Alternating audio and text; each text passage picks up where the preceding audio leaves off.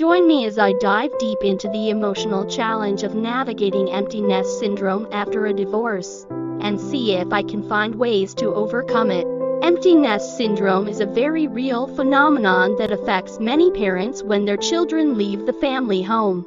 But when you add divorce to the mix, it can be a particularly daunting experience.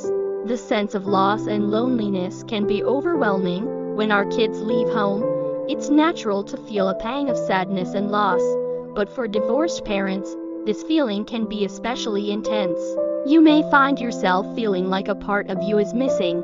It's like a huge void has opened up in your life, and you're left wondering who you are without your kids by your side. The loss of routine and purpose can be disorienting, and it's easy to feel like you're struggling to find your place in the world. The loss of your kids' physical presence can also trigger feelings of anxiety and fear.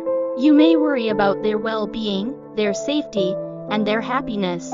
It's like you're standing on shaky ground, unsure of what the future holds. When it comes to coping with empty nest syndrome, it's essential to acknowledge that it's a normal and natural part of life. It's okay to feel sad, angry, and scared. These emotions are a natural response to change. However, it's crucial to find healthy ways to cope with these feelings, rather than letting them consume you. One of the most effective strategies is to focus on building a support network of friends, family, and community. One of the most significant challenges of empty nest syndrome is the feeling of disconnection from your children. It's natural to feel like you're no longer needed or wanted, but this couldn't be further from the truth. Your kids may be physically absent, but they still need your love, guidance, and support.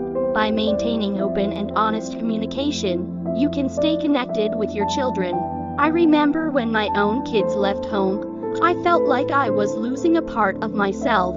It was like I was grieving the loss of my identity. But as I slowly began to rebuild my sense of self, I realized that I was still the same person I had always been. I was just evolving into a new version of myself. As I looked back on my journey, I realized that empty nest syndrome wasn't just about my kids leaving home, it was about me finding my own way again. It was about discovering new passions, new interests, and new ways of being. In conclusion, empty nest syndrome after a divorce can be a complex and challenging experience, but it's not impossible to overcome. By prioritizing self-care, building a support network, and staying connected with your children, you can navigate this transition with grace and resilience.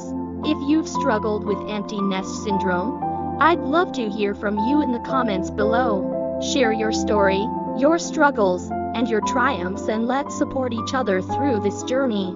Thanks for watching, and I'll see you in the next video.